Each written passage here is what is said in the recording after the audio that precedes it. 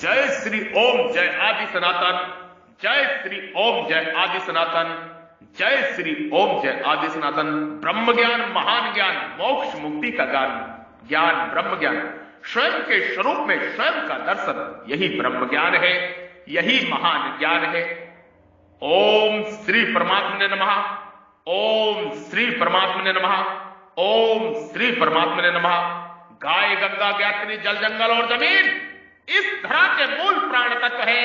इनकी रक्षा, सुरक्षा समस्त जगत का, प्रत्येक मनुष्य का कर्तव्य ही नहीं, महान कर्तव्य है। ब्रह्म ज्ञान, महान ज्ञान, मोक्ष मुक्ति का ज्ञान। आप आज के उपदेश में ब्रह्म ऋषि ऋषिपुत्र के मुख से, ब्रह्मनिष्ठ संत के मुख से आप ब्रह्म ज्ञान का उपदेश सुन रहे हैं। इसको हृदय रूपी मंदिर में धारण करें और मोक्ष मुक्ति की ओर आगे बढ़े, आगे की यात्रा सफल करें, कर्म बंधनों को काटते हुए जीवन सफल करें। आज का उपदेश शुक्ल और कृष्ण गति का आरंभ किया। जो आरंभ हमने किया था शुक्ल पक्ष और कृष्ण पक्ष के गति का, कि किस समय किस गति में जब प्राण छूटते हैं तो जीव कहां आगे जाता है। क्योंकि शुक्ल और कृष्ण दोनों गतियां अनादिकाली से जगत प्राणी मात्र के साथ संबंध रखने वाली मानी गई है। इसमें एक गति में जानने वाले लौटना नहीं पड़ता और दूसरी गति में जानने वाले को पुनः लौटना पड़ता है। शुक्ल कृष्ण गति होते जगत शाश्वते मते। शुक्ल और कृष्ण इन दोनों मार्गों का संबंध जगत के सभी चर अचर प्राणियों के साथ है। तात्पर्य है कि उधवगति साथ मनुष्य का तो साक्षात संबंध है और चर अचर प्राणियों का परस्पर से संबंध है। कारण कि चर अचर प्राणी क्रम से अथवा भागवत कृपा से कभी ना कभी मनुष्य जन्म में आते ही हैं और मनुष्य जन्म में किए हुए कर्मों के अनुसार ही ऊर्ध्वगति, मध्यगति और अधोगति होती है। अब वे उधोगति को प्राप्त करे अथवा ना करे, पर उन सबको संबंध उधोगति अथवा शुक्ल और कृष्ण गति के साथ है। जब तक मनुष्य के भीतर असत विनाशी वस्तुओं का आदर है, कामना है, जब तक वे कितनी ही ऊंची भोग भूमियों में क्यों ना चले जाए, पर असत वस्तु का महत्व रहने से उनकी कभी भी अधोगति हो सकती है। इसी तरह परमात्मा के अंश होने से उनकी कभी भी उधोगति हो सकती है। इसलिए साधक को हरदम सजग रहना चाहिए और अपने अंतकरण में विनाशी वस्तुओं को महत्व नहीं देना चाहिए। तात्पर्य हुआ कि परमात्मा प्राप्ति के लिए किसी भी लोक में, योनि में कोई बाधा नहीं है। इसका कारण यह है कि परमात्मा के साथ किसी भी प्राणी का कभी संबंध विच्छेद होता ही नहीं। अतः ना जाने कब और किस योनि में वह परमात्मा की तरफ चल दे। इस दृष्टि से साधक को किसी भी प्राणी को घृणा की दृष्टि से देखने का अधिकार नहीं है। परमात्मा, परमेश्वर, ईश्वर भगवान ये जीव को समझा रहे हैं। ये दिव्य वाली जीव उपदेश हमारे मुख से दे रहे हैं। वासुदेव सर्वम, वासुदेव सर्वम, वासुदेव सर्वम।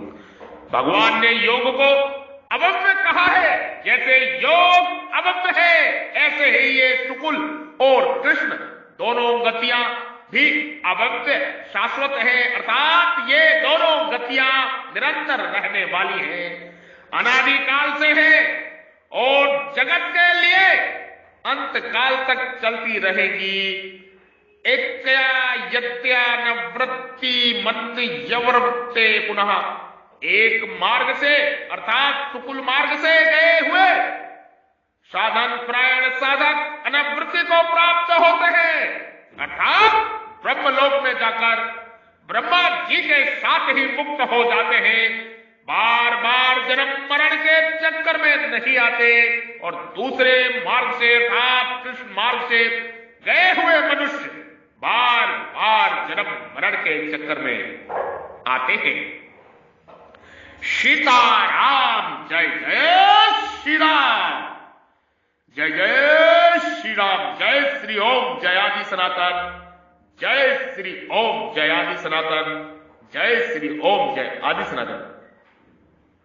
भगवान ने दोनों मार्गों का, परमात्मा ने दोनों मार्गों का जीव को बताया है, और आगे जब उपदेश करेंगे तो हम आगे का मार्ग बताएंगे कि आगे किस प्रकार जीव कर्म करके, किस प्रकार जीव कर्म करके किसी भी योनि में मोक्ष मुक्ति को जान सकता है, मोक्ष मुक्ति प्राप्त कर सकता है और अपना कल्याण कर सकता है। ब्रह्म ज्ञान महान ज्ञान, मोक्ष मुक्ति का ज्ञान ब्रह्म ज्ञान महान ज्ञान। शुक्ल पक्ष और कृष्ण पक्ष, ये दोनों गतियां अनादि काल से जगत प्राणी मात्र के साथ संबंध रखने वाली मानी गई है। इसमें एक गति में जाने वालों को लौटना नहीं पड़ता और दूसरी गति में जाने वालों को पुनः लौटना पड़ता है। यानी कि कृष्ण पक्ष में जिसकी मूर्त मृत्यु होती है, उस गति से जाने वालों को मनुष्य को लौटना पड़ता है, किंतु जो शुक्ल पक्ष से मार्ग से जाता है उस जीव को पुनः लौटना नहीं पड़ता और उसकी मोक्ष और मुक्ति निश्चित है। यह परमात्मा के वचन है, ये परब्रह्म ईश्वर के वचन है, ये परमेश्वर के वचन है जीव को। आगे के उपदेश में हम पुनः बताएंगे कि आगे किस प्रकार जीव यात्रा करे कर्म बंधनों को काटते हुए, ताकि मोक्ष मुक्ति प्राप्त करे। जय श्री ओम जयादि सनातन, जय श्री ओम जयादि सनातन, जय श्री ओम जयादि सनातन। आप सभी के हृदय रूपी मंदिर में विराजमान परब्रह्म परमेश्वर ईश्वर को मैं, जो आपके हृदय रूपी गुफा में विराजमान है, उस ब्रह्म को मैं प्रणाम करता हूं, नमस्कार करता हूं। कृपा मेरा प्रणाम नमस्कार स्वीकार करें। जो ब्रह्म आपके हृदय रूपी मंदिर में विराजमान है, ज्योति स्वरूप में विराजमान है, प्रकाश पुंज स्वरूप में विराजमान है, ऊर्जा स्वरूप में विराजमान है, उस ब्रह्म को मैं प्रणाम करता हूं। कृपा मेरा प्रणाम नमस्कार स्वीकार करें प्रेम सहित कृतज्ञता के साथ में, और आप सभी भी कर्म बंधनों को काटते हुए मोक्ष मुक्ति की ओर आगे बढ़े। ये ब्रह्म ज्ञान का उपदेश हृदय में धारण करें, इसको बार बार सुने, शेयर करें, ताकि आपका भी कल्याण हो, कल्याण हो। जय जय श्री राम, सीताराम सीताराम। ओ